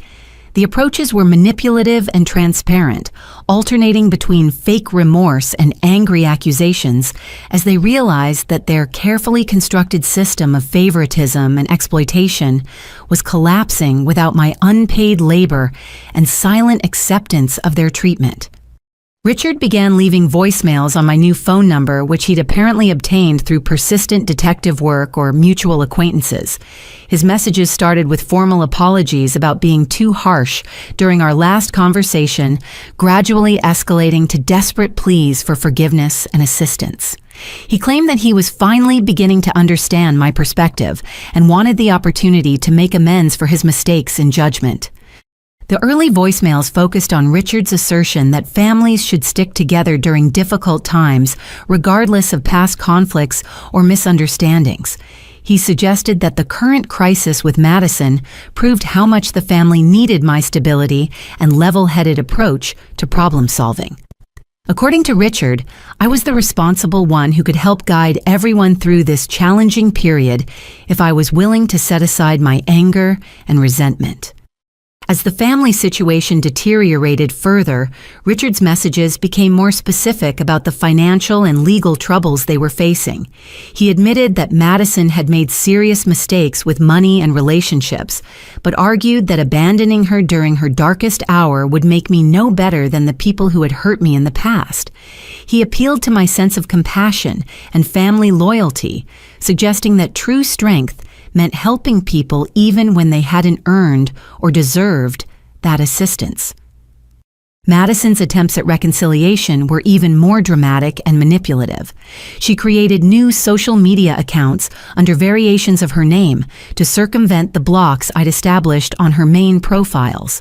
These accounts were used to send long messages that combined theatrical apologies with subtle accusations about my role in the family's current problems. Her messages claimed that losing my support and friendship had been a wake-up call that helped her recognize how much she'd taken my kindness for granted. Madison wrote eloquently about missing our relationship and regretting the misunderstandings that had driven us apart. She promised that things would be different if I gave her another chance to prove that she could be the sister I deserved.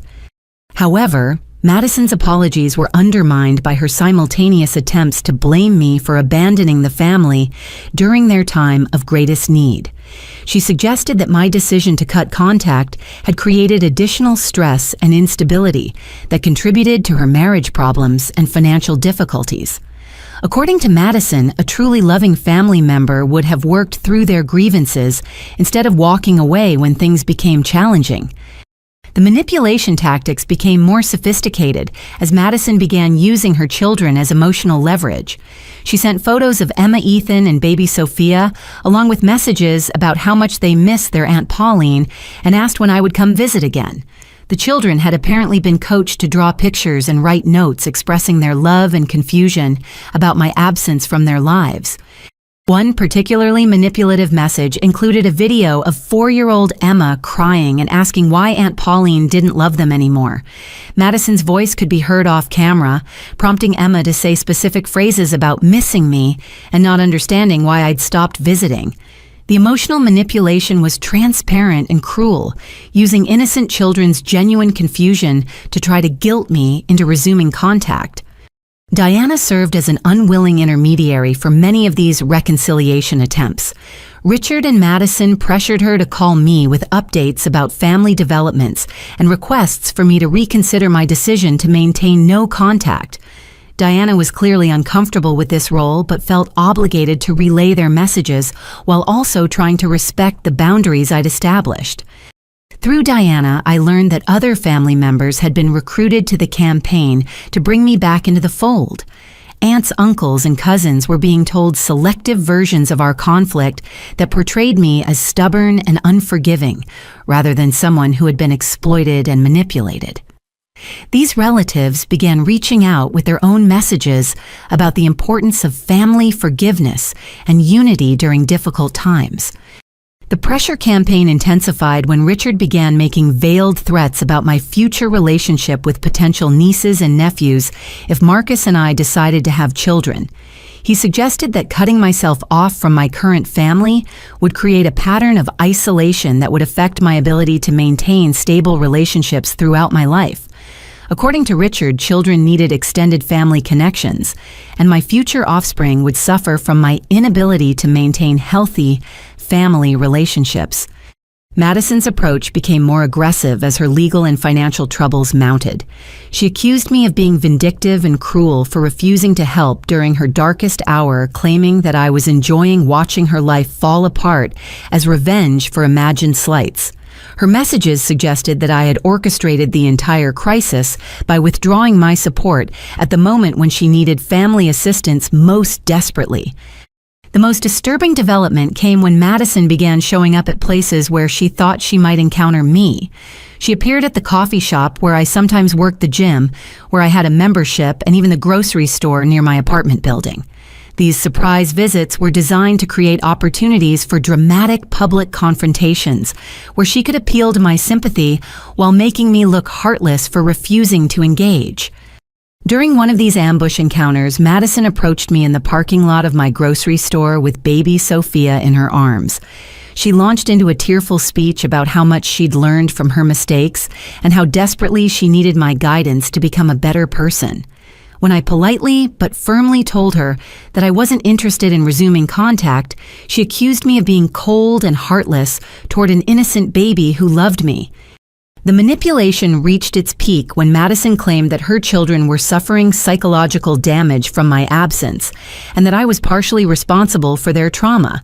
She suggested that Emma and Ethan were having nightmares and behavioral problems because they couldn't understand why their favorite aunt had abandoned them without explanation.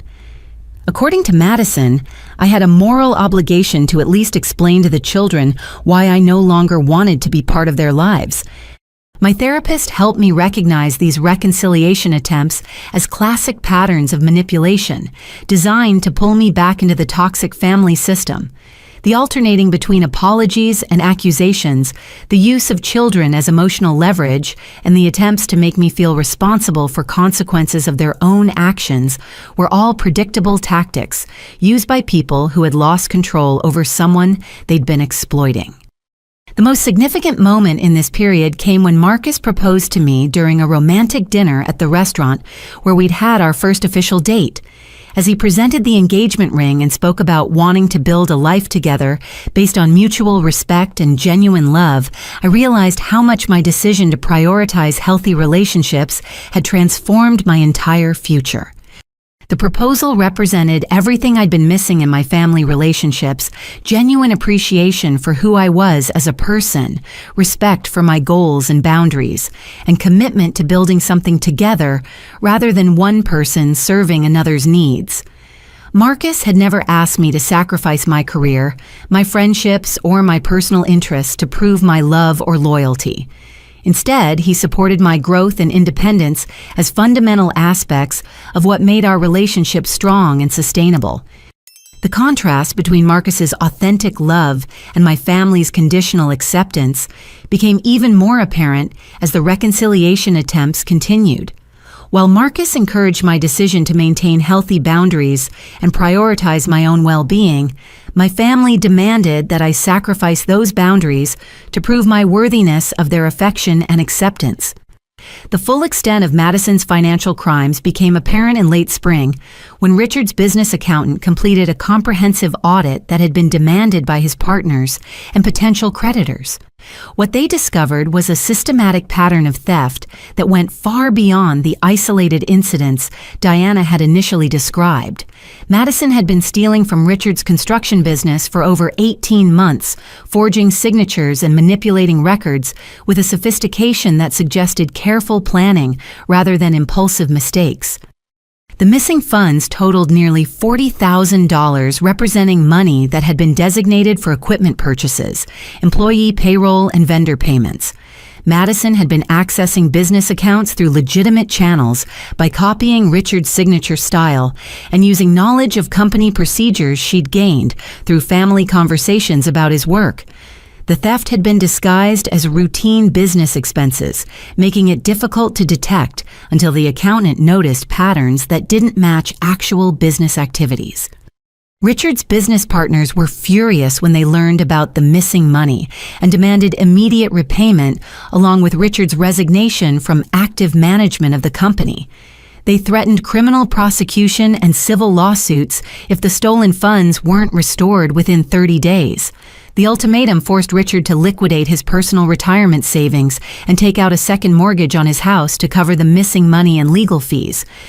The financial pressure was compounded by the discovery that Madison had also been forging Richard's signature on personal checks and credit applications. She'd opened several credit cards using his information and had been making cash advances that she'd hidden by intercepting mail and managing online account access. The identity theft added another layer of legal complexity that required expensive attorney consultation and credit monitoring services. Jake's divorce proceedings moved forward aggressively as his lawyer gathered evidence of Madison's financial crimes and deceptive behavior. The documentation included bank records showing unauthorized transfers, forged signatures on legal documents, and evidence of the secret babysitting business, where Madison had been profiting from my unpaid labor. Jake's attorney used this evidence to argue that Madison was unfit for joint custody and that her children would be better protected under his sole guardianship. The custody battle revealed additional disturbing information about Madison's parenting practices and relationship with reality.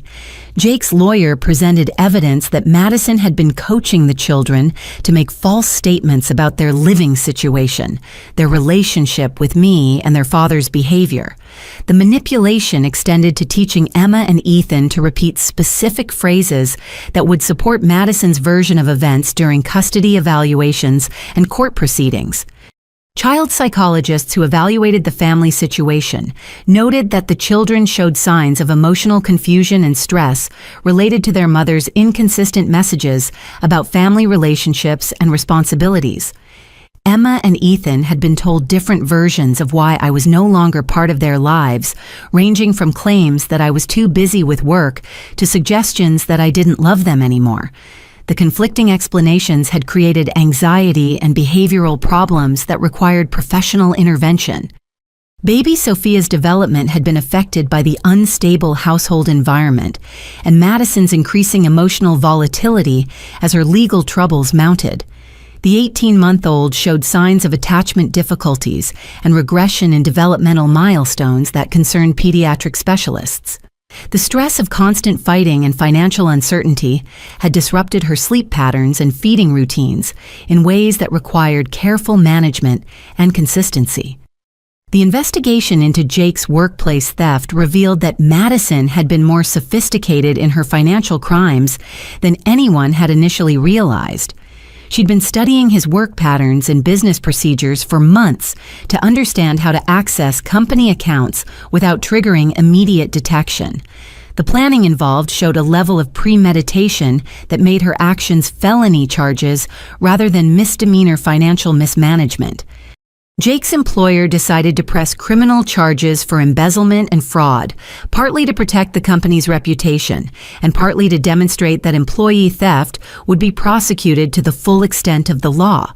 The charges carried potential jail time of 3 to 7 years, depending on the total amount stolen and Madison's criminal history.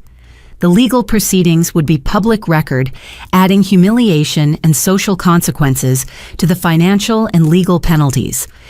Richard's business reputation in the construction industry suffered significant damage as word spread about the missing funds and family legal troubles. Potential clients began questioning his judgment and financial management capabilities, leading to canceled contracts and reduced bidding opportunities. The company that had taken him decades to build was facing potential bankruptcy due to Madison's theft and the resulting legal complications. The Internal Revenue Service became involved when discrepancies in business expense reporting were discovered during the audit process. Madison's theft had been partially disguised as legitimate business deductions, creating tax liability issues that required professional accounting assistance and potential penalty payments. The IRS investigation added federal implications to what had started as family financial mismanagement. Diana filed for legal separation from Richard in June, unable to handle the stress and embarrassment of her daughter's criminal behavior and her husband's enabling financial support. She discovered that Richard had been secretly borrowing against their shared assets to fund Madison's lifestyle, putting Diana's own retirement security at risk without her knowledge or consent. The betrayal of trust had damaged their marriage beyond repair. The separation proceedings revealed the full extent of Richard's secret financial support for Madison over the years. Diana's attorney calculated that Richard had provided over $200,000 in direct support loan guarantees and financial assistance since Madison's wedding. The money had come from accounts and investments that Diana had assumed were being saved for their retirement and future security. The house that Richard and Diana had shared for 15 years went on the market as part of the financial restructuring required to pay legal fees and restore stolen business funds. The forced sale meant that Richard would lose most of his remaining equity and would need to find rental housing at age 62 while trying to rebuild his damaged business reputation and depleted savings. Madison's legal troubles escalated when additional victims of her financial manipulation came forward during the criminal investigation. Several of her friends revealed that she'd borrowed money under false pretenses, claiming family emergencies and financial hardships that didn't actually exist. The pattern of deception included forged documents and fabricated stories designed to elicit sympathy and financial assistance from multiple sources. The mounting evidence of systematic fraud and manipulation painted a picture of someone whose relationship with honesty and reality had become seriously distorted. Madison's lawyer advised her to consider a plea bargain that would involve restitution payments and supervised probation, rather than risking a trial that could result in significant prison time. The legal strategy required admitting guilt and accepting responsibility for actions that Madison had been denying and minimizing throughout the investigation. Richard's desperate phone calls to me increased in frequency as his financial and legal situation deteriorated.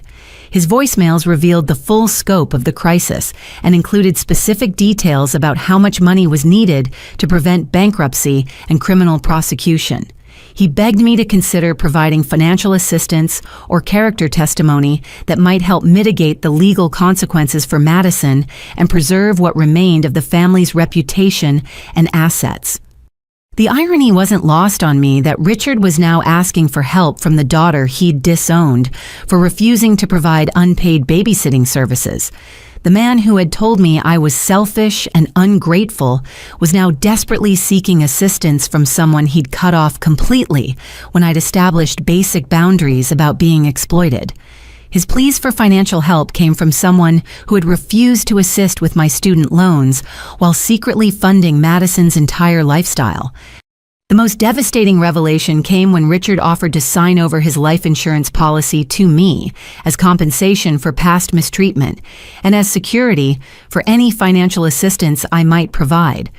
The gesture revealed how completely his world had collapsed and how desperate he'd become to find any source of help or forgiveness. The man who had once held ultimate authority over family relationships was now begging for acceptance from the daughter he'd rejected. By late summer, Richard's situation had become truly desperate as the legal and financial consequences of Madison's actions continued to cascade through every aspect of his life. The business he'd spent 30 years building was facing bankruptcy proceedings. His marriage to Diana was ending in divorce, and he was living in a small studio apartment after losing the family home to foreclosure. At 62 years old, he was working part-time at a hardware store to pay for basic living expenses while trying to manage multiple lawsuits and criminal proceedings. The phone call that changed everything came on a humid Thursday evening in August. Richard's voice sounded broken and aged in a way that shocked me, despite months of knowing about his troubles. He'd obtained my new number through Diana, who had reluctantly agreed to provide it after Richard convinced her that he needed to make a formal apology and attempt at reconciliation before his legal situation became even worse. Richard began the conversation by taking full responsibility for his treatment of me over the years, and specifically for the ultimatum that had ended our relationship. He acknowledged that I'd been right about Madison's character and behavior, and that his favoritism and enabling had created the monster who had ultimately destroyed his life and business. The admission was painful to hear because it validated everything I'd tried to tell him months earlier when he'd refused to listen. He explained that losing his business and home had given him perspective on what truly mattered in life, and that he'd realized too late how much he'd valued the wrong priorities and relationships. According to Richard, I had been the loyal and responsible daughter all along, while Madison had been using his love and support to fund a lifestyle built on lies and exploitation. He'd been blind to her manipulation because he'd wanted so desperately to believe in the perfect family he thought he'd created. The most heartbreaking part of his confession involved his recognition of how differently he'd treated his two daughters throughout our childhood and young adulthood. Richard admitted that he'd given Madison opportunities, financial support, and emotional validation that he'd withheld from me based on assumptions about our potential and worthiness. He'd somehow convinced himself that I was stronger and more independent, therefore needing less support, while Madison required extra help to reach her potential. Richard revealed that Diana's decision to leave him had been the final wake-up call about how his enabling and favoritism had damaged everyone in the family, including Madison herself. Diana had pointed out that his refusal to let Madison face consequences for her actions had prevented her from developing the character and judgment skills she needed to be a successful adult. His overprotection had actually handicapped Madison, while his neglect had forced me to develop resilience and independence. The conversation took an even more painful turn when Richard described his current living situation and the reality of starting over at his age with no savings damage credit and a criminal record associated with his name through Madison's crimes. He was working 20 hours per week at a hardware store for minimum wage, living in a studio apartment with shared bathroom facilities, and eating most of his meals from dollar store canned goods and instant noodles. His former business partners had pursued every legal avenue to recover their losses, leaving Richard with garnished wages and liens against any future assets he might acquire. The bankruptcy proceedings had eliminated most of his debt, but also destroyed his credit rating and professional reputation in the construction industry. At 62, he was essentially starting his financial life over from zero while dealing with health issues related to stress and poor nutrition. Madison was facing an 18-month prison sentence after accepting a plea bargain that required full restitution to all victims of her financial crimes. The payment schedule would extend for 10 years beyond her release date, meaning that any income she earned would be partially garnished to repay the money she'd stolen. Jake had been awarded sole custody of the children, and Madison would have only supervised visitation rights upon her release from prison. The children were struggling with the loss of their mother and the dramatic change in their living situation, though Jake was providing them with counseling and stability that they'd never experienced during Madison's chaotic parenting. Emma and Ethan were slowly learning to tell the truth about their feelings and experiences instead of repeating coached responses designed to manipulate adults. Baby Sophia was thriving under Jake's consistent care and structured routines. Richard's voice broke as he described visiting the children at Jake's new house across town and seeing how much happier and more secure they seemed without Madison's constant drama and manipulation. Emma had stopped asking when Mommy was coming home and instead talked excitedly about activities with Daddy and their new babysitter, who treated childcare as a professional responsibility rather than an opportunity for exploitation. The reason for Richard's call became clear when he asked if I could find it in my heart to forgive him enough to let him attend my wedding to Marcus, which he'd learned about through Diana's ongoing contact with me.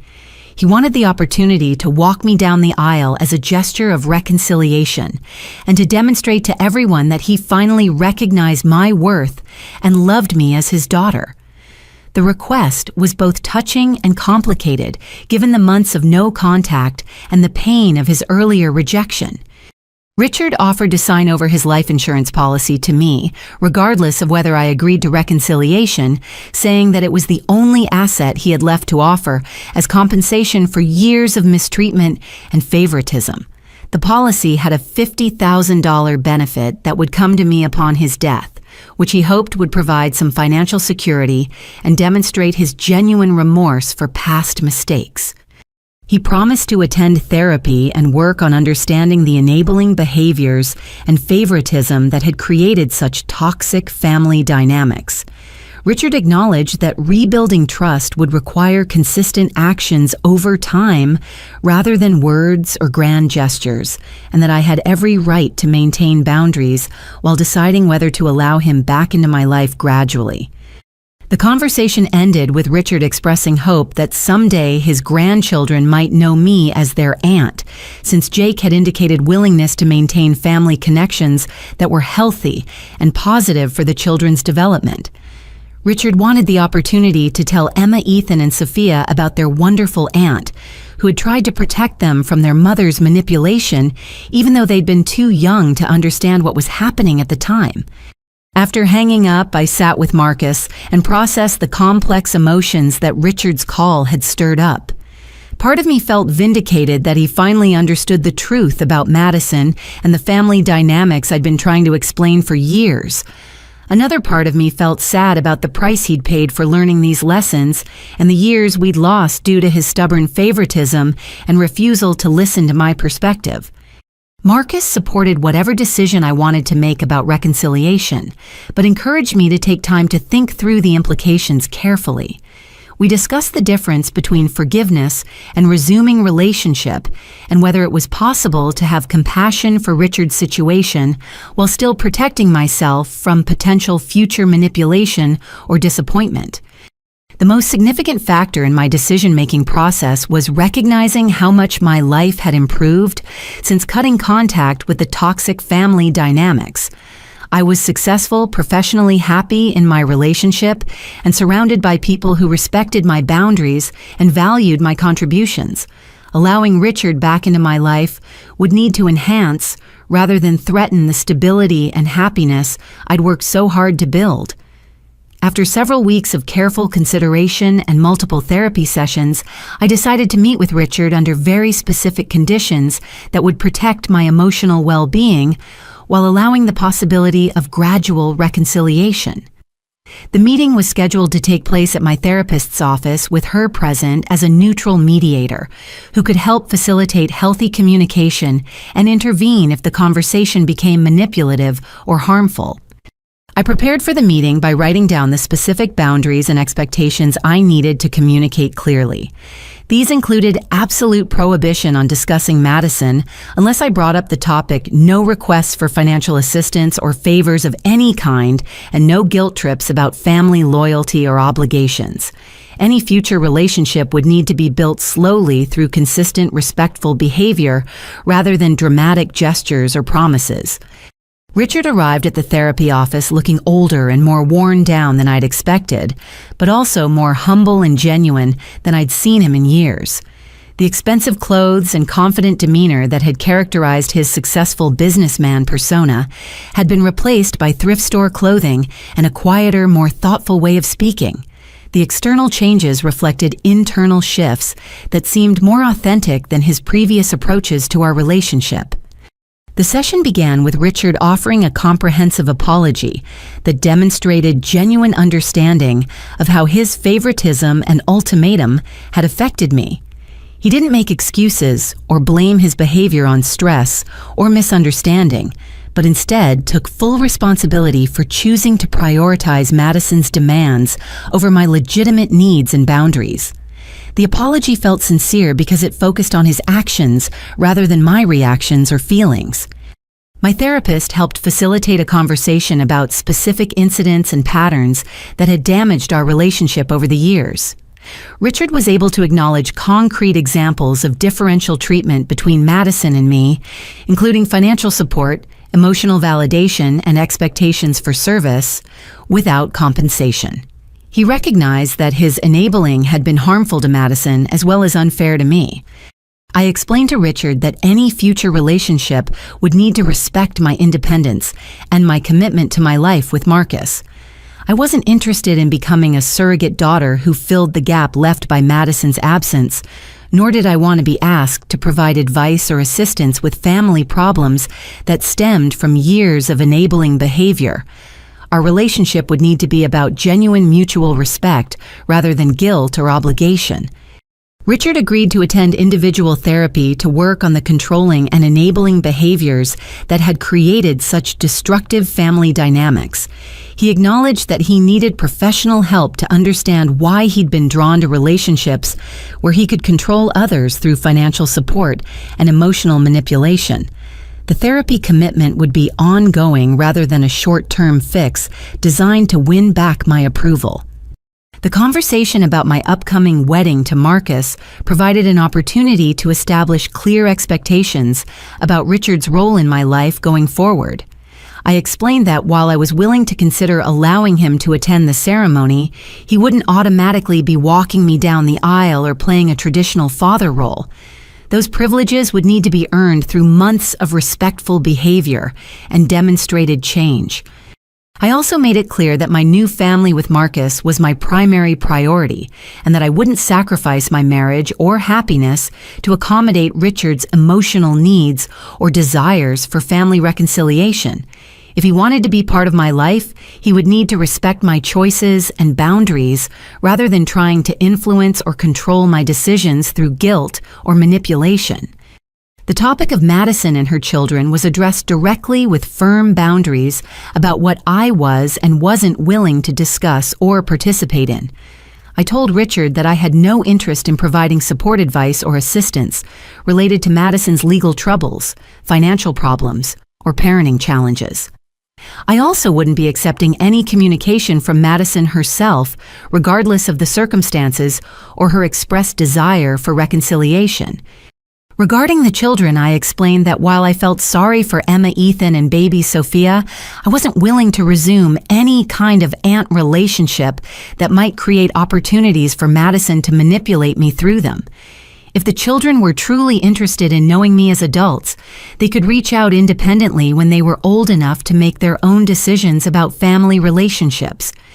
Richard's offer to sign over his life insurance policy was declined because I didn't want our reconciliation to be based on financial arrangements or inheritances that might create complicated obligations. I preferred to rebuild our relationship through respect and genuine connection rather than money or material gestures that could be used to justify future demands or expectations. The session concluded with an agreement to have supervised phone conversations once per month for 3 months, followed by re-evaluation of whether we were ready for unsupervised contact. Richard would continue his individual therapy and would provide updates about his progress without expecting praise or reassurance from me. Any violations of the agreed-upon boundaries would result in immediate resumption of no contact. 2 weeks after our therapy session, I received a shocking phone call from the county jail where Madison was being held while awaiting sentencing. She'd apparently been given permission to make a call and had chosen to reach out to me with a desperate plea that revealed just how completely her world had collapsed around her. Madison's voice sounded thin and frightened as she begged me to consider taking custody of her children when she went to prison. Jake was planning to move across the country with Emma, Ethan, and Sophia to be closer to his family and start fresh somewhere without connections to Madison's crimes and manipulation. According to Madison, I was the only family member who could provide stability and continuity for the children during this traumatic period. The request was both shocking and revealing about how little Madison understood about the consequences of her actions and the reality of our relationship. She seemed genuinely surprised that I might not be willing to sacrifice my life and marriage to care for the children she'd used as emotional leverage during her attempts at manipulation. Her assumption that I would automatically step in to solve her parenting crisis showed that she still viewed me as existing primarily to serve her needs. I gently but firmly declined Madison's request and explained that Jake was the children's father and was fully capable of providing them with the love, stability, and honest relationships they needed to heal from their traumatic experiences. I also pointed out that my refusal to resume unpaid babysitting duties months earlier had been about protecting myself from exploitation, not about rejecting the children personally. Madison's response revealed that she still hadn't accepted responsibility for the destruction her lies and manipulation had caused. She accused me of being vindictive and cruel for refusing to help innocent children who were suffering because of circumstances beyond their control. According to Madison, a truly loving family member would put the children's needs ahead of personal grudges and resentments. The phone call ended with me explaining that the children would be better off with their father who loved them unconditionally, rather than with an aunt who would constantly remind them of their mother's failures and crimes. Jake could provide them with honest relationships and healthy boundaries that would help them develop into trustworthy adults rather than continuing the cycle of manipulation and enabling that had characterized their early childhood. After hanging up, I felt a sense of peace about maintaining my boundaries, even in the face of Madison's desperate manipulation attempts. The conversation had confirmed that she remained fundamentally unchanged in her willingness to use her children as tools for getting what she wanted from others. My decision to prioritize my own well-being in marriage had been validated by her continued attempts to make me responsible for solving problems she'd created through her own choices. 6 months after beginning the careful reconciliation process with Richard Marcus, and I planned a small wedding ceremony that reflected our values of authenticity, intimacy, and genuine celebration, rather than elaborate displays or family politics. We chose a beautiful outdoor venue in the mountains outside Denver, where we could exchange vows surrounded by close friends and the family members who had consistently supported our relationship and individual growth. The guest list was intentionally small, including only people who had shown genuine care and respect for both of us as individuals and as a couple. Marcus's parents and siblings were excited to welcome me into their family, having gotten to know me over months of relaxed dinners and holiday celebrations, where I felt valued and appreciated for who I actually was, rather than what services I could provide. Diana attended the wedding after her divorce from Richard was finalized, representing the complicated but ultimately positive outcome of her decision to leave an enabling relationship and build a more authentic life. She'd been consistently supportive of my boundary setting and had worked hard to repair the damage caused by her daughter's manipulation and her own previous silence about problematic behaviors she'd witnessed. Richard's attendance at the ceremony was the result of months of demonstrated change in his behavior and approach to our relationship.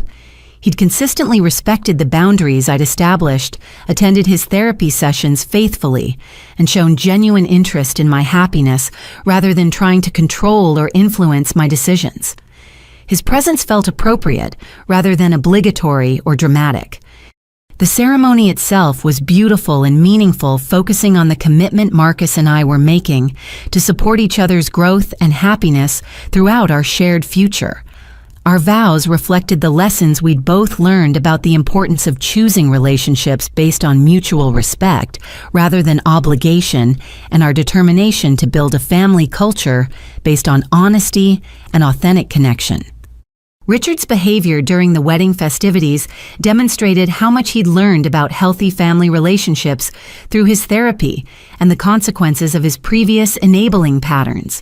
He congratulated Marcus warmly and spoke genuinely about his happiness for our future together, rather than making the event about his own emotional needs or desire for forgiveness and reconciliation. During the reception, Richard had a brief conversation with Jake, who had driven down from Colorado Springs, where he was building a new life with Emma, Ethan, and Sophia. Jake expressed gratitude for my decision to protect myself from Madison's manipulation, explaining that my absence had ultimately forced everyone to see the true extent of her problems and get the children the help and stability they needed. The conversation with Jake was particularly meaningful because it confirmed that my choice to establish boundaries had benefited everyone involved, including the children I genuinely cared about, but couldn't help in the ways Madison had demanded. Emma and Ethan were thriving in their new school and had developed trusting relationships with a professional babysitter who treated childcare as a job rather than an opportunity for emotional manipulation. Baby Sophia, now 2 years old, had no memory of the chaotic household dynamics that had characterized her early months. She was developing normally under Jake's consistent parenting and had formed secure attachments that would serve her well throughout her childhood. The stability and honesty in their new life was exactly what all 3 children had needed to heal from their early traumatic experiences. Marcus and I spent our honeymoon in Ireland exploring the countryside and small towns while talking about our hopes and dreams for our marriage and future family. The trip felt like a perfect symbol of the authentic, adventure-filled partnership we'd built together based on genuine compatibility rather than obligation or convenience. The contrast between our relationship and the family dynamics I'd escaped was particularly clear during quiet moments when we could talk honestly about our feelings, goals, and concerns without worrying about manipulation or hidden agendas. Marcus supported my career ambitions and encouraged my independence while also sharing his own vulnerabilities and dreams for our shared future.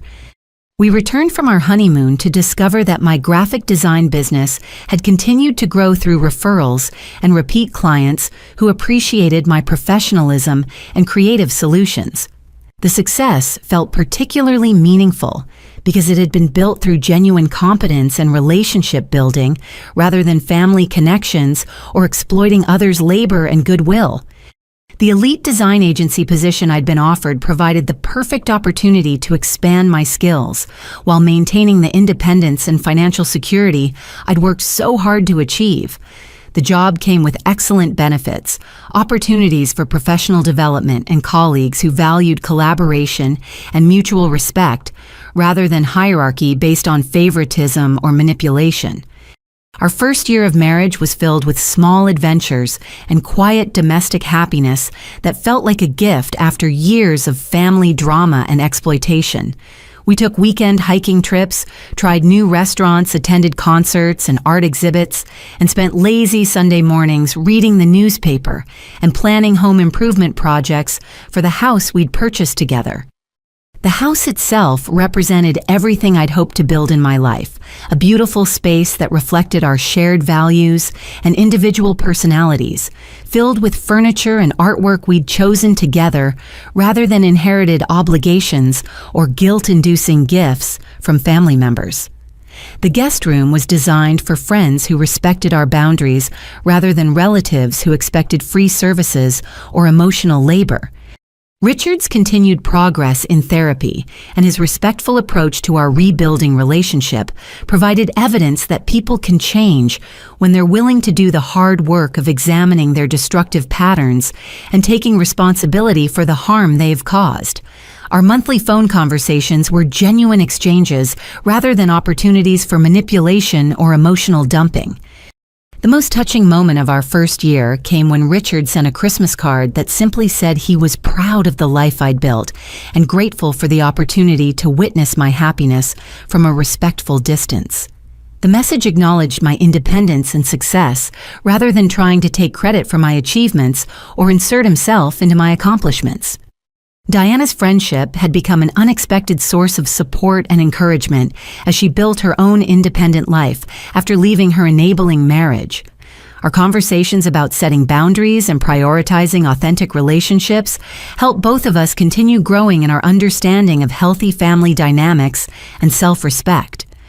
The peace and stability of my new life felt almost miraculous after years of constant family crisis and emotional manipulation. Waking up next to Marcus every morning and knowing that our day would be filled with mutual support and genuine affection, rather than demands for unpaid services or emotional management, felt like living in a completely different world. 2 years into my marriage with Marcus, our life together had developed into exactly the kind of partnership I'd always hoped to find but had never experienced before escaping the toxic family dynamics that had dominated my early adulthood. My graphic design business had grown into a small agency with 3 employees and a steady roster of high-profile clients who valued our creative solutions and professional reliability. The success felt particularly meaningful because it had been built entirely through my own efforts and the support of people who genuinely believed in my capabilities. Without weekend babysitting obligations consuming my time and energy, I'd been able to attend networking events, pursue continuing education opportunities, and develop the business relationships that had transformed my freelance work into a thriving company. Marcus and I had settled into comfortable routines that balanced our individual career goals with shared domestic happiness and adventure. He'd been promoted to assistant principal at his elementary school, a position that utilized his natural leadership skills and deep commitment to children's education and well-being. His success felt like a natural result of his dedication, rather than favoritism or manipulation. Our house had become a gathering place for friends who appreciated our hospitality and respected our boundaries. We hosted dinner parties where conversation flowed naturally, and guests contributed to meal preparation and cleanup without being asked.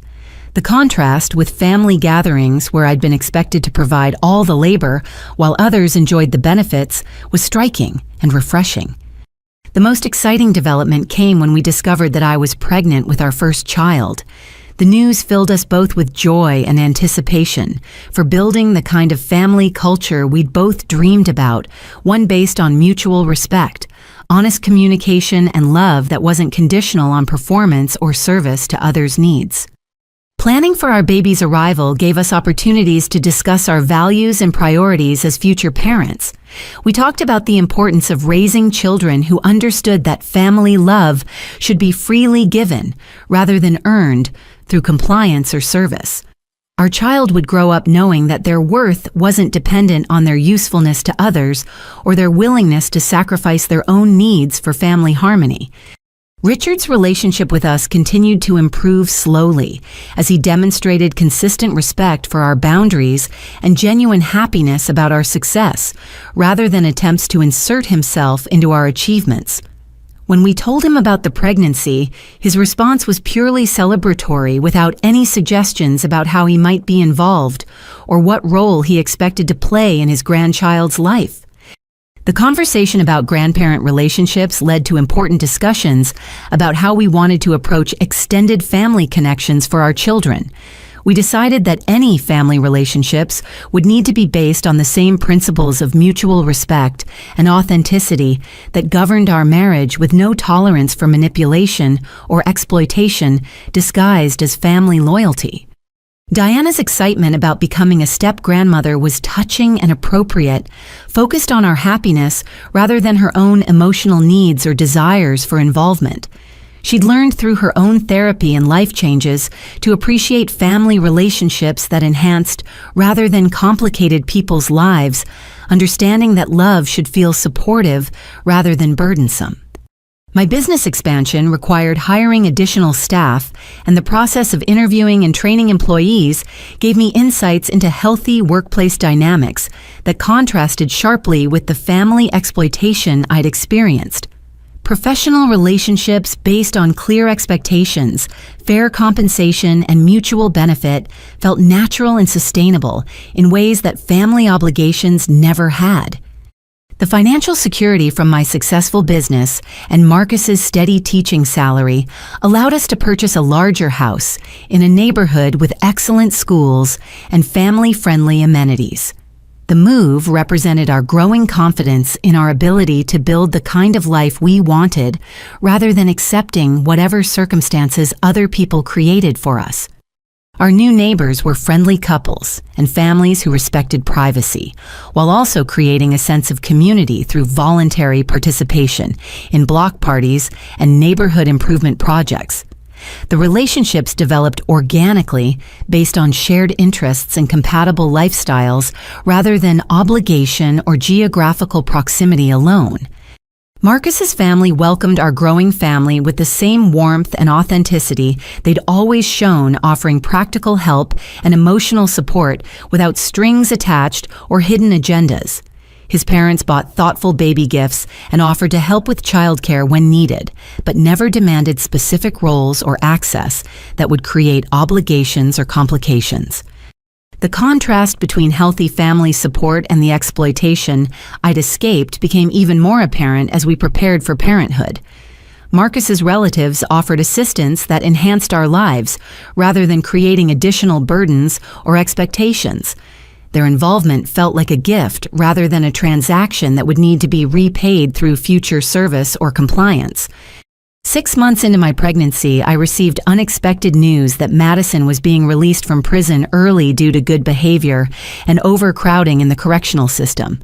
Her release didn't create anxiety or concern for me because I'd built such strong boundaries and supportive relationships that her attempts at renewed contact couldn't threaten the stability I'd created. Diana called to let me know about Madison's release and to assure me that she had no intention of facilitating any communication or reconciliation attempts. Madison would be living in a halfway house across the state while completing her parole requirements, and Jake had moved even further away to ensure that the children's lives wouldn't be disrupted by her return to freedom. The news about Madison's release actually reinforced my sense of gratitude for the choices I'd made to prioritize my own well-being and build authentic relationships. While she was starting over with the consequences of her manipulative and criminal behavior, I was thriving in a life built on honesty, mutual respect, and genuine love. Our baby shower was a beautiful celebration attended by friends and chosen family members who were excited to support our growing family. The gifts were thoughtful and practical, given out of genuine affection rather than obligation or expectation of future reciprocal generosity. The afternoon felt like a perfect example of how celebrations should work when they're based on authentic relationships. The most meaningful moment came when Richard asked privately if there was anything specific he could do to support us during the transition to parenthood. His offer was genuine and respectful, focused on our needs rather than his desire for involvement or recognition as a helpful grandfather. The conversation felt natural and comfortable in ways that family interactions had never felt during my childhood and early adulthood. As my due date approached, I felt overwhelmed with gratitude for the life Marcus and I had built together, and the family we were about to welcome into a home filled with stability, honesty, and unconditional love. Our child would grow up knowing that family relationships should enhance, rather than complicate life, and that love shouldn't require sacrificing personal boundaries or individual goals. Our daughter, Emma Rose, was born on a snowy February morning, arriving healthy and beautiful into the warm, loving environment Marcus and I had carefully created for our growing family. Holding her for the first time, I felt overwhelmed with gratitude for the journey that had brought me to this moment of pure joy and unconditional love that asked nothing of her except her existence. The name choice was intentional and meaningful. Emma had been the name of Madison's daughter, the little girl who had been caught in the middle of adult manipulation and exploitation through no fault of her own.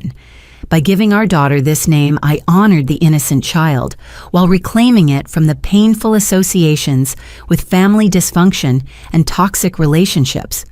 Marcus and I had discussed the symbolism extensively during my pregnancy, recognizing that we wanted our Emma to grow up understanding that names and family connections should represent love and hope rather than obligation and exploitation. Our Emma would know from the beginning that her worth came from her inherent value as a person rather than her ability to serve others' needs or maintain family harmony through self-sacrifice.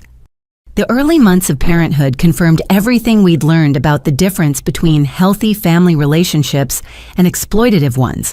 Marcus's parents visited regularly to help with practical tasks like cooking and laundry, but they never overstayed their welcome or created additional burdens through their assistance. Their support enhanced our experience of new parenthood rather than complicating it with expectations or demands. Richard's approach to becoming a grandfather demonstrated how much he'd learned through therapy and the consequences of his previous enabling behaviors. He asked permission before visiting, brought practical gifts rather than elaborate displays, and focused on our needs as new parents rather than his own emotional desires for involvement in his granddaughter's life. The contrast with my memories of family dynamics during Madison's children's early years was striking. Where Madison had expected others to provide constant free assistance while she maintained her social schedule, Marcus and I shared responsibilities equally and accepted help that felt genuinely supportive rather than obligatory. Diana's relationship with Emma was purely loving and appropriate, characterized by the joy of watching a baby grow and develop, rather than any sense of entitlement to specific roles or access. Her excitement was infectious and authentic, based on genuine affection rather than attempts to fill emotional voids or create obligations for future reciprocal care. When Emma was 6 months old, I received a final communication from Madison through Diana, who reluctantly agreed to deliver a message, but made it clear that she wasn't advocating for renewed contact. Madison's letter was filled with apologies and claims about personal growth and transformation during her time in prison, along with expressions of regret about missing the opportunity to know her new niece. The letter felt like a last desperate attempt at manipulation, designed to use my new motherhood as leverage for emotional reconciliation that would ultimately benefit Madison rather than anyone else. Her focus on missing out on Emma's life revealed that she still viewed family relationships primarily in terms of what she could gain rather than what she could genuinely contribute. I chose not to respond to Madison's letter because I had no interest in exposing my daughter to the manipulation and instability that had characterized all of Madison's relationships. Emma deserved to grow up surrounded by people who loved her unconditionally, rather than those who might view her as an opportunity for emotional leverage or social rehabilitation. Marcus supported my decision completely, understanding that protecting our family's peace and stability was more important than maintaining connections with people who had proven themselves incapable of healthy relationships. Our daughter would have plenty of loving family members and friends who could provide positive role models without the complications of Madison's criminal history and manipulative tendencies. As Emma grew from infant to toddler, she thrived in an environment filled with honest communication, consistent boundaries, and love that was freely given rather than earned through compliance or service. Watching her develop her own personality and preferences without pressure to conform to others' expectations felt like healing some of the wounds from my own childhood experiences. The most profound realization came during Emma's second birthday party, surrounded by friends and chosen family members who celebrated her simply for being herself. The gathering was joyful and relaxed because everyone present was there out of genuine affection rather than obligation or social expectation. Marcus and I had created exactly the kind of family culture we dreamed about, one where love was abundant and unconditional, where individual worth wasn't dependent on usefulness to others, and where conflicts were resolved through honest communication rather than manipulation or guilt. Our daughter was growing up knowing that she was valued for who she was rather than what she could provide to others. The life lesson that emerged from my journey was both simple and profound. Sometimes the most loving thing you can do is walk away from people who refuse to treat you with respect, even if they're family members who claim to care about you. Setting boundaries and prioritizing your own well-being isn't selfish. It's essential for building the kind of life and relationships that actually nourish your soul.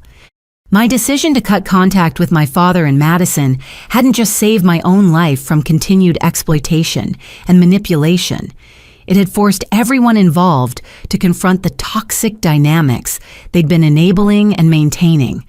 Richard had learned to value genuine relationships over controlling ones. Diana had found the strength to leave an unhealthy marriage and build authentic connections. Even Jake and his children had benefited from the exposure of Madison's true character and the removal of my unpaid labor that had been subsidizing her irresponsible lifestyle. The family isn't defined by blood relationships or shared history, but by mutual love, respect, and support, given freely rather than extracted through guilt or obligation. The people who truly care about your well-being will support your growth and independence, rather than demanding that you sacrifice your dreams and boundaries to maintain their comfort and convenience.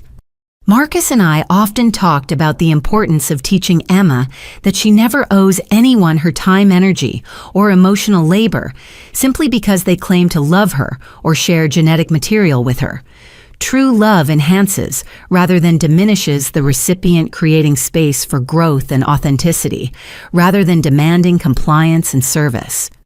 As I watched my daughter play in our garden on a sunny spring afternoon, surrounded by the beauty and stability Marcus and I had created together, I felt grateful beyond words for the courage I'd found to prioritize my own worth and build authentic relationships. The ultimatum my father had delivered 3 years earlier had seemed like the worst thing that could happen to me, but it had actually given me the push I needed to create the life I truly deserved. The women who might be listening to this story and recognizing similar patterns in their own family relationships should know that you deserve to be treated with respect and kindness rather than exploited and manipulated. Setting boundaries isn't cruel or selfish. It's an act of love for yourself and everyone around you. Sometimes walking away from toxic relationships is the only way to create space for healthy ones to flourish. Your worth isn't determined by your willingness to sacrifice your dreams and boundaries for others' convenience. You deserve relationships that celebrate your independence and success, rather than demanding that you minimize yourself to make others feel comfortable. The people who truly love you will support your growth rather than trying to control or exploit your generosity. What's your experience with family members who seem to love you conditionally based on what you can provide for them? Have you ever had to choose between maintaining toxic relationships and protecting your own well-being? I'd love to hear your thoughts and stories in the comments below. If this story resonated with you, please take a moment to like this video and subscribe to the channel for more stories about setting boundaries, building authentic relationships, and choosing your own happiness over others' expectations. Sharing this story with friends who might need to hear this message could help them recognize that they deserve respect and genuine love rather than manipulation disguised as family loyalty. Thank you for listening to my journey and for supporting the choice to prioritize authentic relationships over toxic obligations. I hope everyone finds the courage to build the kind of life and family culture that truly nourishes their soul and allows them to thrive as the remarkable individuals they were meant to be. Remember that choosing yourself isn't selfish. It's the foundation for building relationships that actually deserve your love and loyalty.